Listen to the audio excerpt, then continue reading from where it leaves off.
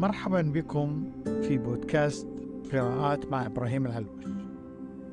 في هذه الحلقة نترافق مع مجموعة بنت الساحرة للدكتور عبد السلام العجيلي الكاتب السوري الشهير، وقد تحدثنا عن سيرته العامة في الحلقة الأولى من هذا البودكاست، السيرة التي تلخص أحداث قرابة قرن منذ ولادته عام 1918 حتى وفاته في العام 2006. مجموعته الأولى بنت الساحرة صدرت عام 1948 وكانت من أهم أعماله، وشكلت حسب رأي النقاد نقلة نوعية في فن كتابة القصة العربية. القصص في هذه المجموعة كتبتها مخيلة طبيب شاب حديث التخرج، ولكنه يحمل طموحا كبيرا في فهم العلم، وقد يصل إلى درجة الحذر من الإيمان المطلق بهذا العلم رغم أهميته. وهذا الاستعراض السريع لا يغني عن قراءة القصص المليئة بالتشويق وحس الحكواتي بشكله المتمدن الذي نراه في المقاهي القديمة، أو بشكله البدوي الذي نراه في المضافات وفي القرى، ونسمعه ونحن نلتم حول الموقد في الشتاء أو على التلال وتحت النجوم في أوقات الدفء. تتألف مجموعة بنت الساحرة من 10 قصص قصيرة تتحدث عن تناقضات الحياة والقدر، وتصور مصائر الأفراد والحياة، سواء عبر قطرات من الدم تغير مصير سلوى الفتاة الجميلة التي تحولت من الضياع إلى امرأة مخلصة لمن تبرع لها بقطرات دمه وهو طبيبها المعالج والذي أسعفها ذات ليل، والذي حملها مسؤولية صيانة سمعة دمه الأصيل وغير المهجن بالحفاظ على سمعتها، مما أودى بها إلى الانتحار وفاء أو حبا أو خضوعا لمجاهل تفاعلات الحياة ومصائرها التي لا يستطيع العلم الإحاطة بها. وفي قصة آلام نجد الطبيب الشاب يقوم بتجربة حول الألم على جسد خطيبته سامية وعلى أبيها ليخلصهم من الآلام المتوقعة في الحياة، وبعد فعلته بقتلهما يحاول أن ينتحر، لكن الحياة كانت أقوى من قراره الذي كبل عقله ومشاعره التي أودت بفتاته الجميلة والتي كانت مقبلة على الحياة. وتتسم هذه القصة بتأثرها بقصص طه حسين باستبدال أسماء الطبيبين، الطبيب الشاب والطبيب الشيخ، وهذه القصة تتسم أيضا بالجو المتشائم. أما قصة حمى فتعرض تحولات فتى مع ارتفاع درجة حرارته التي تسببها حمى أصيب بها. فعند ارتفاع حرارته فوق درجة 38 يشخص مسألته بأنه يحب هند التي استولى عليها أخوه حسن صاحب الأملاك والتاجر الشاطر الذي يحب امتلاك حتى العواطف. ومع ارتفاع درجة حرارته إلى فوق 40 فإنه يقوم بقتل أخيه حسن المحموم مثله، وذلك بزيادة جرعة الدواء له لتعود إليه هند. وعندما تنخفض حرارته إلى الدرجة الطبيعية فإنه يتساءل وهو يشاهد أمه وهند الباكيتين فوق سرير حسن الخاوي، هل هو فعلا من قتل أخاه حسن؟ أما قصة قيام الموتى فتجدد الأسلوب الكابوسي، حيث يخرج الموتى من قبورهم ليأخذوا الأحياء إلى المقابر بعد انتشار حمى غريبة تجعل المريض يتبع الموتى من أهله وجيرانه وتنتهي حياته. لكن الأحياء سرعان ما يرفضون الانصياع لأوامر الموتى، ومع تصاعد رفض الموت وحب الحياة ينتهي الوباء. وهذه أيضا قصة كابوسية شبهها بعض النقاد بأجواء إدغار ألان بو القاص الأمريكي الشهير وأحد مؤسسي فن القصة القصيرة، مع الفرنسي جي دي موباسان والروسي أنطوان تشيخوف. أما قصة ميراه فهي قصة متابعة سيرة الجنون في عائلة يحاول أحد أفرادها تغيير مصيره بجريمة قتل أخته. وقصص المعجزة والنوبة القاتلة وانتقام محلول الكينة والضفادع فهي أيضا تتناول قضايا طبية مثيرة وتتسم بمساحات من السرد الشيق. أما القصة التي حملت اسم المجموعة فهي قصة بنت الساحرة. الدكتور عبد المؤمن يأخذ دور الحكواتي في مجلس أو في مضافة كما هي العادة في قصص العجيلي، ويبدأ برواية قصة حبه الأول. في ذلك الصيف الذي يعمل فيه مع والده في طاحونة على مشارف المدينة، يحل النور ويسكنون أرضا من أملاك الراوي، إذ يبنون خيامهم عليها دون إذن.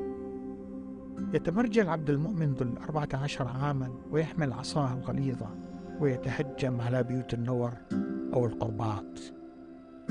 ولكن زعيمة النور هي امرأة حصيفة ومتعددة الفنون والحين، ولها تأثير نفسي كبير مما يجعلها تنجح في إقناع الفتى الغر بتركهم في سكناهم المؤقتة كعادة الغجر المألوفة.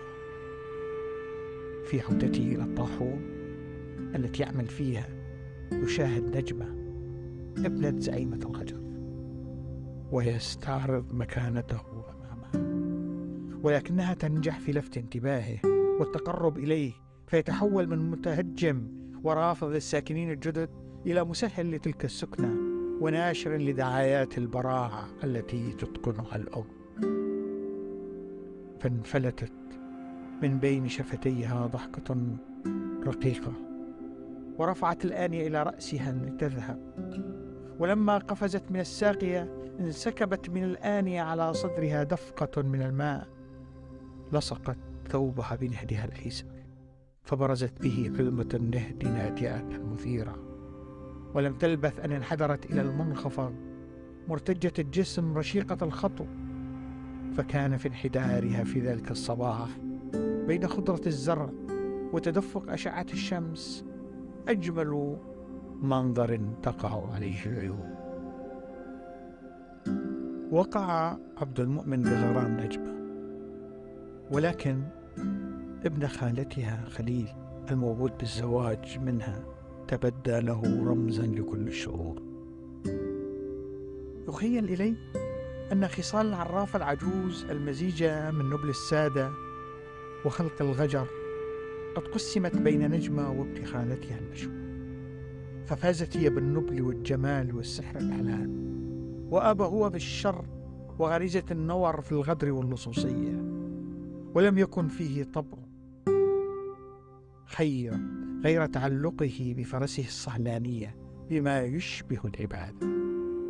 وقد أعجزته مساومة في بيعها فأبى، ولعل إلحاحي هذا زاد من بغضه لي، حتى صارحني يوما بأنه يخشى من عيني عليها، فكان يغيبها عني جهد ما استطاع.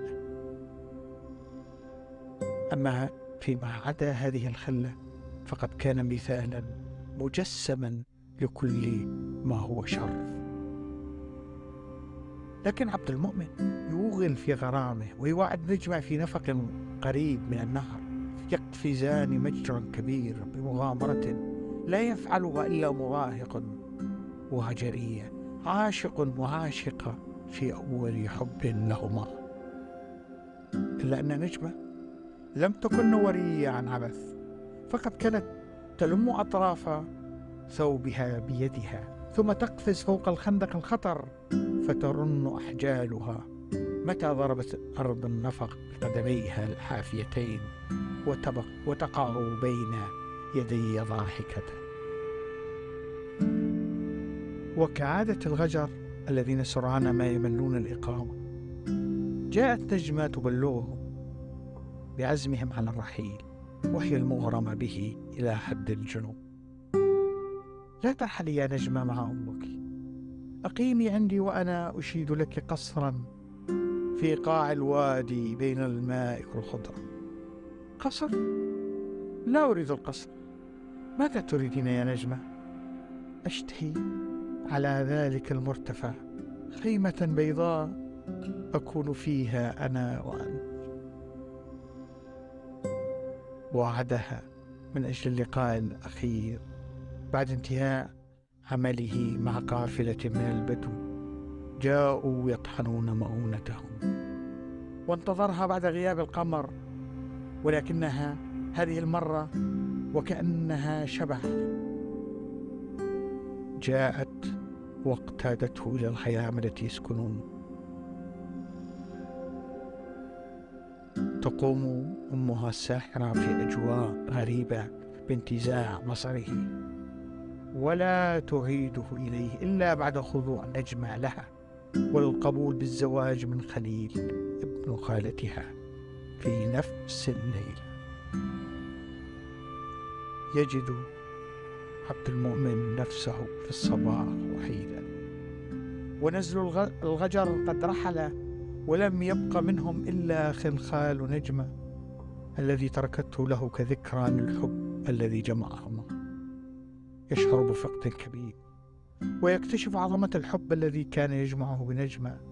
يحاول قطع البراري في البحث عنها، ولكنها صارت من سراب، وتنثال علي تلك الصور متتالية تسجي إلى نفسي مزيجا من الحسرة واللذة الساقية والنفق والمنخفض والربابة وأغاني الهوى وأحاديث الوجد والصبابة، فأنسى لها العقل والتفكير والسحر ما وراء الطبيعة وما دونها، وأعود بنفسي إلى 15 عاما مضت، حين كنت مراهقا في 14 من عمري، وكان الوقت صيفا، فأعيش في تلك الأجواء مغمض العينين شارد اللب موزع النفس والهوى.